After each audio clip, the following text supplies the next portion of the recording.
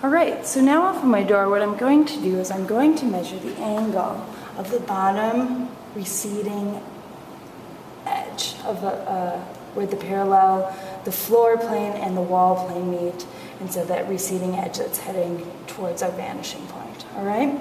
And there are kind of two ways you can do it. You can sight this angle, and when you sight an angle, what you do is you start it vertical.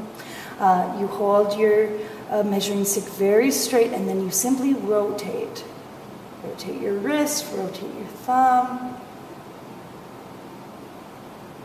and just kind of like the hand on a clock, you let that measuring stick slowly rotate until it aligns with the edge and space that you see. Again, it's very important not to project, but to rotate. Nice and flat and square again, all right? And then you can just simply hold that angle and move it over onto your drawing, all right? Now, sighted angles work, but it's challenging to get them accurate. They tend not to be quite as specific as a measured angle, which is the technique I'm going to recommend and show you next. And more importantly, it's really hard. There aren't really the same sort of steps to check and know that it's wrong if you use a sighted angle. So that's why I suggest using a measured angle to start you off, and then you can sight other subsequent angles as you go. All right, so how do you measure an angle? What you're doing is you're again going to make a vertical measurement, and what we want to know is we want to know how much higher we see the back, the bottom left corner of the door. You see it there? How much higher is it perceptually than the front bottom right corner? Does that make sense? So we have bottom right corner sitting lower, bottom left corner sitting higher, but just how much higher is what we want to measure.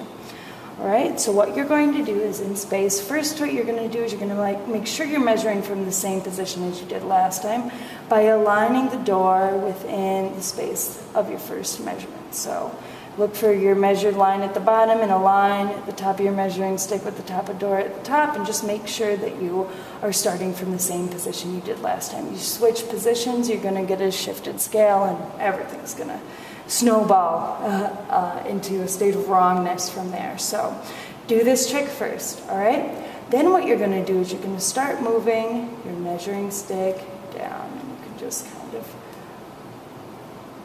keep your hand positioned in space, but just sort of pull down.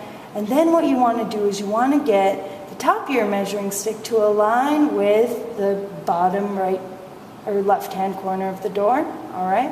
And you get your thumb and forefinger aligned with the bottom right corner of the door. And I usually stretch my forefinger out sort of perpendicular so I can kind of see them simultaneously. But what you'll do is you'll just kind of pull back and forth, making sure that your thumb and forefinger are still hitting the bottom right corner and that the top of the measuring stick is hitting the bottom left corner. See how I'm sliding back and forth? See how I'm seeing that? It'll be easier even to do this in space. I'm sort of running into glass, which makes it a little slower for me.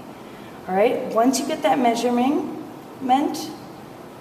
you're going to mark it on your measuring stick.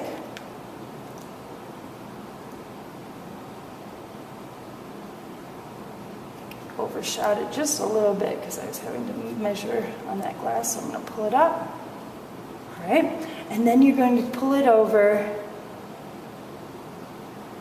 and draw it on your piece of paper as just a horizontal line that you can intersect your first line and just kind of stretch out.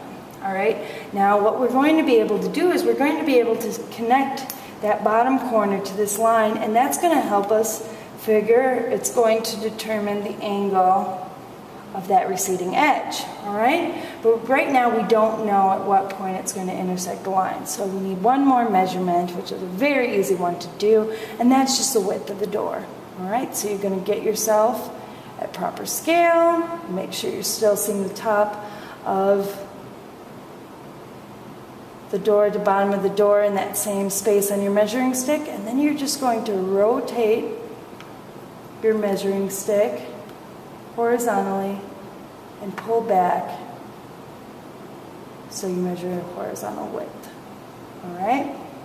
See that there? My end of my measuring stick is at the far left-hand edge of the door, and my thumb is sitting even with the far right-hand edge of the door. I'm going to mark that width on my drawing, just like so. Double check it with my space. Looks like I'm right on. All right, and now those are all the angles I need. I simply connect those dots, or intersection points.